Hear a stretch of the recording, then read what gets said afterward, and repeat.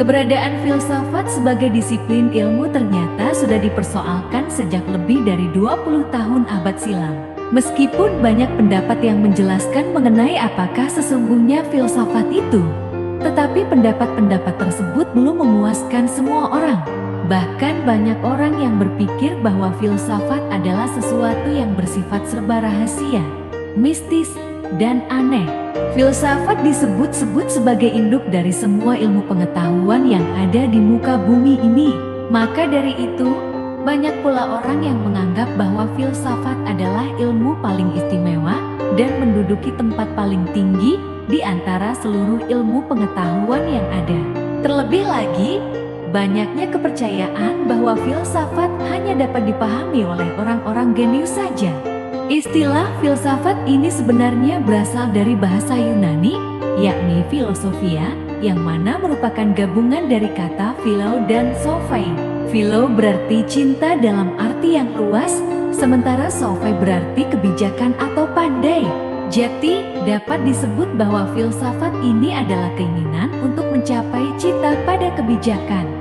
Banyak ahli yang mendefinisikan apa itu filsafat.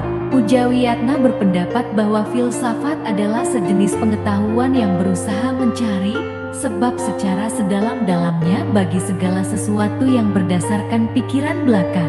Lalu menurut Hasbullah Bakri, filsafat memiliki definisi berupa sejenis pengetahuan yang menyelidiki segala sesuatu secara mendalam, mulai dari ketuhanan, alam semesta, hingga manusia, sehingga dapat menghasilkan pengetahuan tentang bagaimana hakikatnya sejauh yang dapat dicapai oleh akal manusia.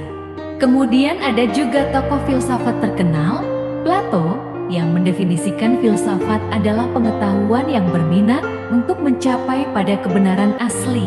Nah, berdasarkan beberapa pendapat dari para ahli tersebut, maka dapat disimpulkan bahwa filsafat adalah sebuah ilmu yang berusaha mencari sebab secara mendalam berdasarkan pemikiran dan akal manusia. Filsafat ini juga dapat menjadi pandangan hidup seseorang atau sekelompok orang mengenai kehidupan yang dicita-citakan.